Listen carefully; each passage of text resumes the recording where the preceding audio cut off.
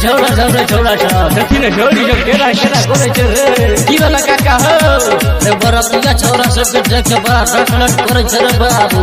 की करबा काका हो जवाने खराब छे अरे बउआ रमन जी कनी छोरी को अपना स्टाइल में बता दो तो देखेला लमी लही बरतिया गे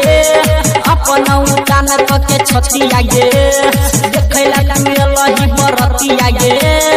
अपन उतान के छतिया गे एना किया करे छही तू गेल टलट पहिर के एला छोड़ी मिनिया से कट छोरा सबसे जदी तू बलबे फटाफट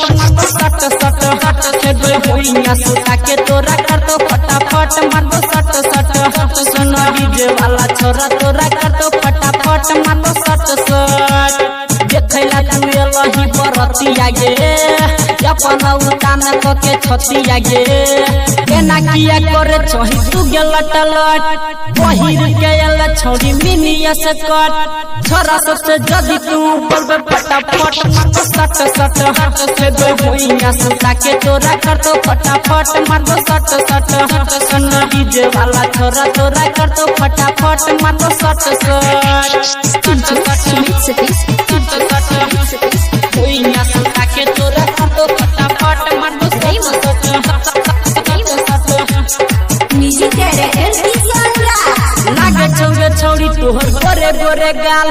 देख में लागे छोटे बहुत कमाल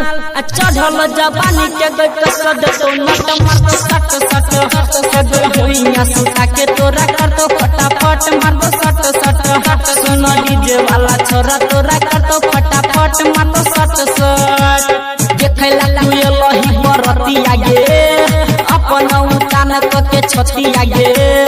देखैला तू एलही बरतिया गे अपन उतान के छतिया गे होइया सुता के तोरा कर तो फटाफट मार दो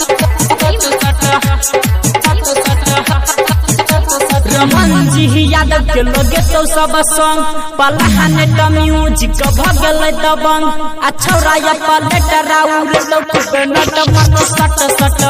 से गए होइया सुता के तोरा कर तो फटाफट मार दो सट सुन डीजे वाला छोरा तोरा कर तो फटाफट मार दो सट देखैला तू एलही बरतिया गे अपन उतान के छतिया गे देखैला तू एलही बरतिया गे अपन उतान के छतिया गे